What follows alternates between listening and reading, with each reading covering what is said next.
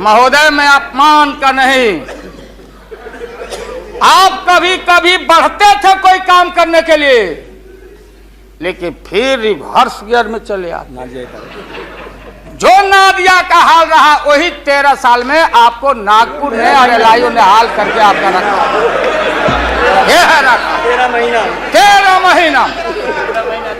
आपको एक मौका था, आप कांग्रेस की बात करते, सीपीआई सीपीएम की बात करते। जौहर साहब वहां बैठे हैं। सन 77 में छपरा से मैं मेंबर पार्लियामेंट बन के आया था लोकसभा का। हम सब लोग एक साथ थे, सभी लोग आंदोलन में थे। आप लोग भी जेल, हम लोग भी जेल। कांग्रेस के खिलाफ हम लोग लड़े थे। उस समय जसवंत बाबू जेल में नहीं थे, जो फाइनेंस मिनिस्टर हैं। थे क्या आप जेल में? हाँ, कभी जेल नहीं, आंदोलन में जेल। तो आप लोग तो बिना हरे फिटकिरी का कोई ना कोई पद ले ही लेते हैं,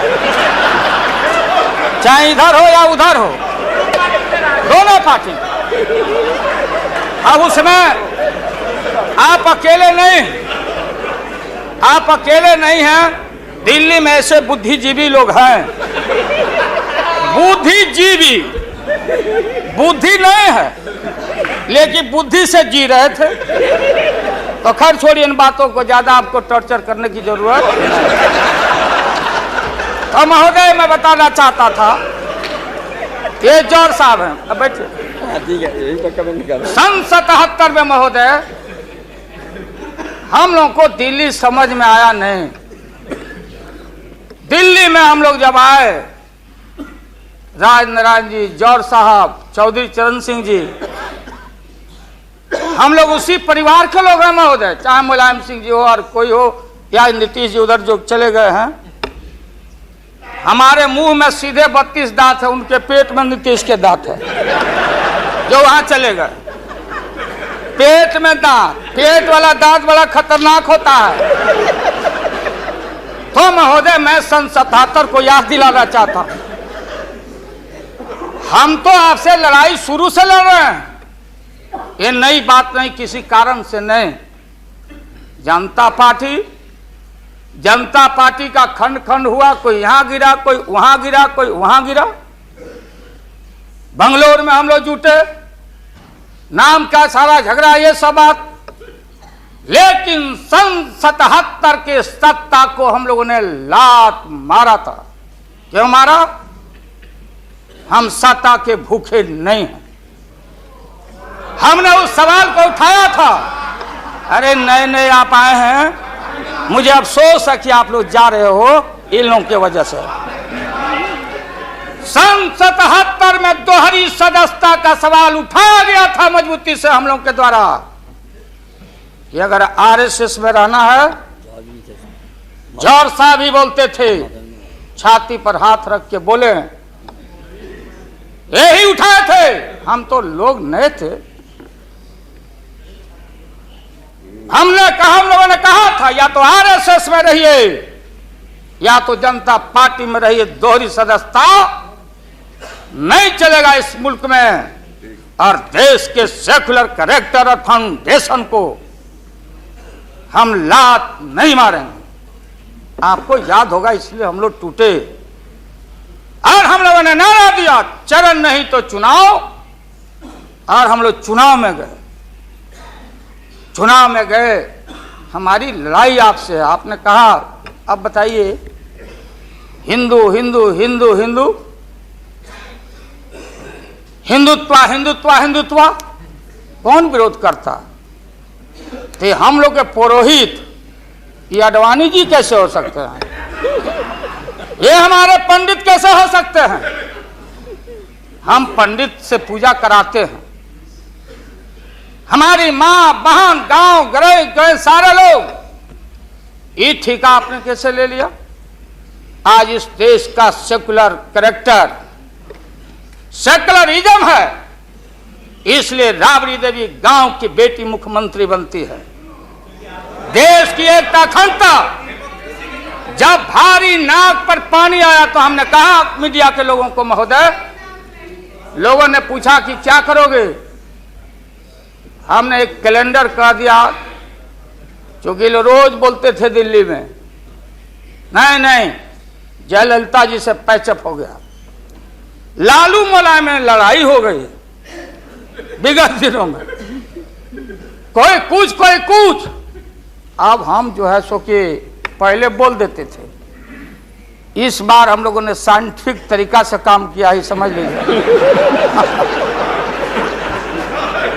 क्योंकि साइंस और टेक्नोलॉजी का युग है। आप डंटा पहना छोड़ के अग्नि में प्रवेश कर गए हैं, अब पोखरण में, तो हम लोग भी अब साइंटिफिक तरीका का इस्तेमाल किया। आप पूछ रहे क्या रूप होगा, क्या रंग होगा?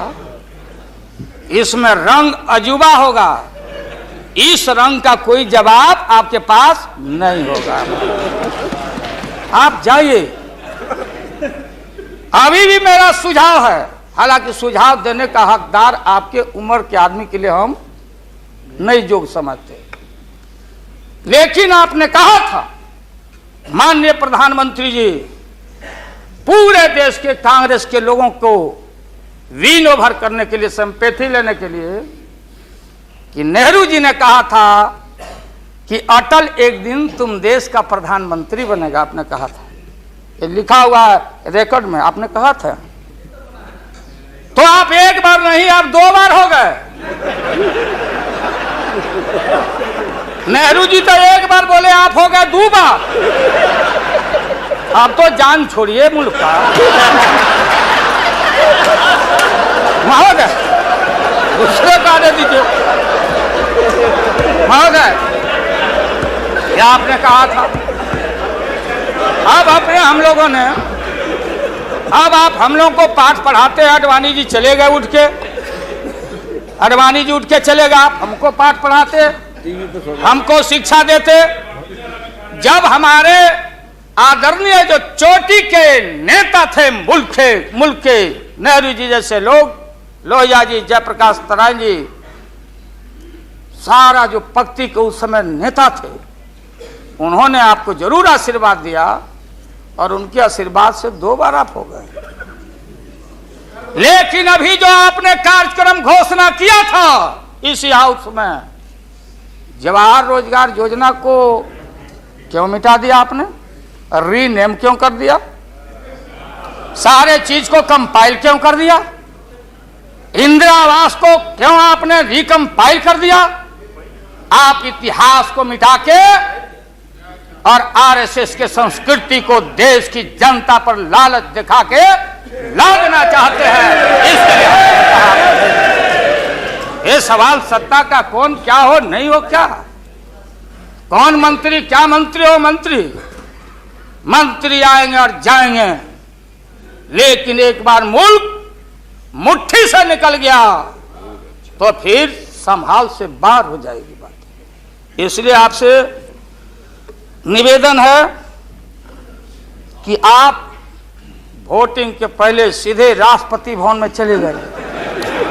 आपने पहले भी ये काम किया है, और ये लोग घेर घेर के आपका अपमान करवा रहा है।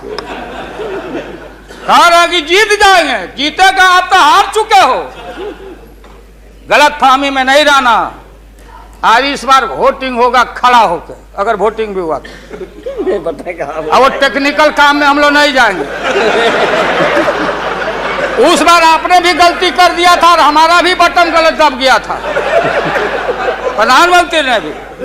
इसलिए मेरा निवेदन है, देख, अरे भाई रुकिए ना क्या जी। हाँ, बोगस वोट पड़ी थी, उसका क्या हुआ? अरे बैठ जाइए। बोगस वोट जो पड़ा था ना, अबरी ऐसा दुरुस्त वोट पड़ रहा है कि हमेशा के लिए याद रहेगा आपको, बढ़िया से वोट पड़ेगा। इसीलिए मैंने कहा कि पीला वाला कागज नहीं रहेगा, कहाँ लाल जला, कहाँ उजर जला। अब ये जौहर साहब को देखिए, देवगौड़ा जी पीछे बैठे हैं, नीतीश जी वहां, हमारे भाई रामविलास पासवान जी बैठे हैं। हमने कहा कि सोनपुर में प्रधानमंत्री जी को ले जाके आप पुल गंगा पर बना नहीं तो देश के प्रधानमंत्री से काहे उद्घाटन करवा दिया, और इन्होंने, नीतीश जी ने स्वीकार किया।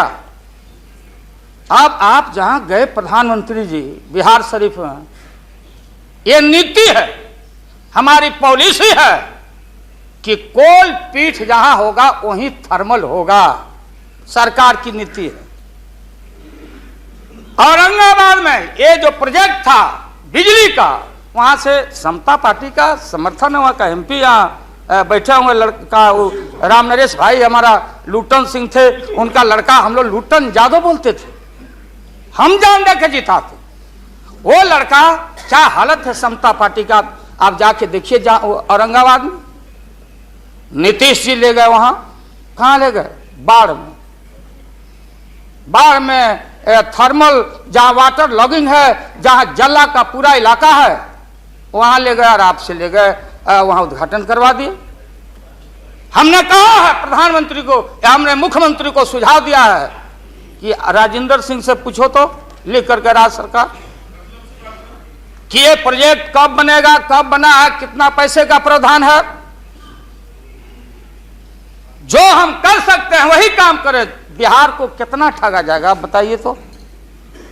अभी 14 तारीख को जौहर साहब नीतीश जी चले गए नालंदा में, कहा राजगीर में। राजगीर हमारा संस्कृति और हिस्ट्री हमारा जरासंध का अखाड़ा है, हमारी संस्कृति है, शांति स्तूपा है। वहां आपने कहा कि ऑर्डिनेंस फैक्ट्री हम लगाएंगे। आपने कहा था कि नालंदा में वोट के लिए ऑर्डिनेंस फैक्ट्री लगाएंगे, और जब आपको मालूम हुआ कि आपकी विदाई हो रही है तो जल्दी जल्दी कम से यहां बैठ के एमपी आपको ठीक करना चाहिए था।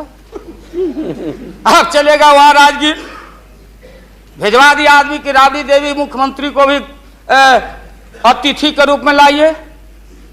आज से पहले जितना आपने काम किया है बिहार में, उद्घाटन चाहे रेल का हो या पुल का हो या कोई चीज, कभी बिहार के जब फेडरल सिस्टम है, संविधान एक है, राष्ट्रपति एक है, सुप्रीमेसी ऑफ पार्लियामेंट है, स्टेट जहां क्षेत्रीय पार्टियों को आपने कहा कि हम आपको स्ट्रेंथन करेंगे, राज्य को हम स्वायत्तता देंगे, लेकिन राज्य के मुख्यमंत्री को पता नहीं, और केंद्र का मंत्री जाके जहां मन में आता माटी कोड़ता, उद्घाटन करता, झूठ बोलता, बिहार को चीट करता। इसलिए हमने कहा ऐसा ही लोग महसूस नहीं करें। हम कॉपरेट करना चाहते थे आपको बिहार के विकास के लिए।